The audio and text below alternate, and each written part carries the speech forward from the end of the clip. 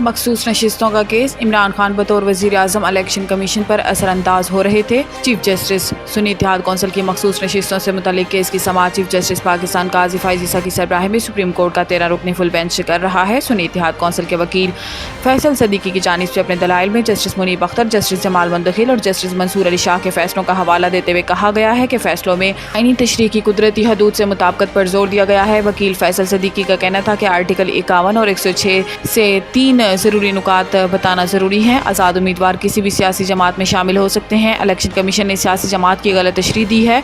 Election commission ने मखसूस नशिस्तों से मुतल्लिक आइन को नज़रअंदाज किया है। चीफ जस्टिस काजी फ़ाइज़ ईसा ने रिमार्क्स दिए कि रूल से आइन को कंट्रोल नहीं किया जा सकता, जिस पर वकील फैसल सदीकी ने कहा है कि जस्टिस मंसूर अली शाह ने कहा था कि 80% लोग आज़ाद हो जाते हैं तो क्या 10% वाली सियासी जमातों को सारी मखसूस नशिस्तें दे देंगे, जिस पर चीफ जस्टिस ने कहा कि जी बिल्कुल, मैं नहीं बल्कि आइन यही कहता है, किसी की मर्जी पर अमल नहीं हो सकता।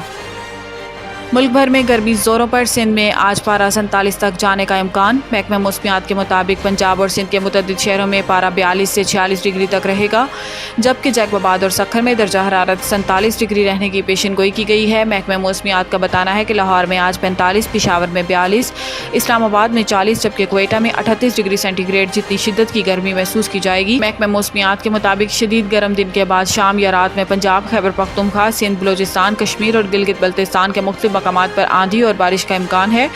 मजीद बरां लाहौर, रावलपिंडी, सियालकोट, राजनपुर, डेरा इस्माइल खान, पेशावर, सवात, थरपारकर, मीरपुर खास, हैदराबाद में भी बादल बरस सकते हैं। सऊदी अरब ने हज की अदायगी के दौरान 1301 हाजियों की जाँ बहक होने की तस्दीक कर दी।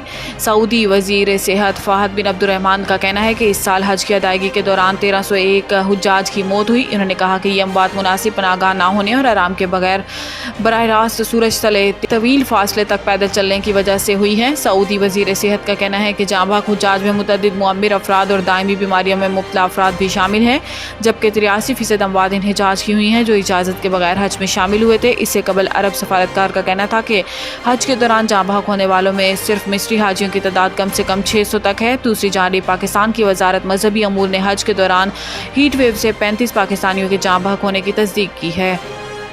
खावर मौनी का तशद्दुद केस। पीटीआई वकील की जमानत कबल अज़ गिरफ्तारी की दरखास्त खारिज। पीटीआई वकला की जानिब से खावर मौनी का परतशद्दुद केस में जमानत कबल अज़ गिरफ्तारी की दरखास्तों पर समाअत इंसदाद दहशतगर्दी अदालत इस्लामाबाद के जज ताहिर अब्बास सुपरा ने की। अदालत ने खावर मौनी का तशद्दुद केस में पीटीआई के वकील फतेहुल्लाह बरकी की जमानत खारिज कर दी, जबकि पीटीआई के दीगर वकला की जमानत की तौसीक कर दी। दरखास्त गुजारों की जानिब से रियासत हुसैन आज़ाद एडवोकेट, सरदार मसरूफ एडवोकेट और दीगर वकला पेश हुए, जबकि मुकदमे में नामजद मुलजिम उस्मान रियाज गुल और दीगर भी अदालत में पेश हुए। याद रहे कि खावर मौनी का परतशद्दुद से मुतालिक केस में पीटीआई वकला उस्मान रियाज गुल, फतेहुल्लाह बरकी और जाहिद बशीर डार ने जमानत की दरखास्तें दायर की थीं।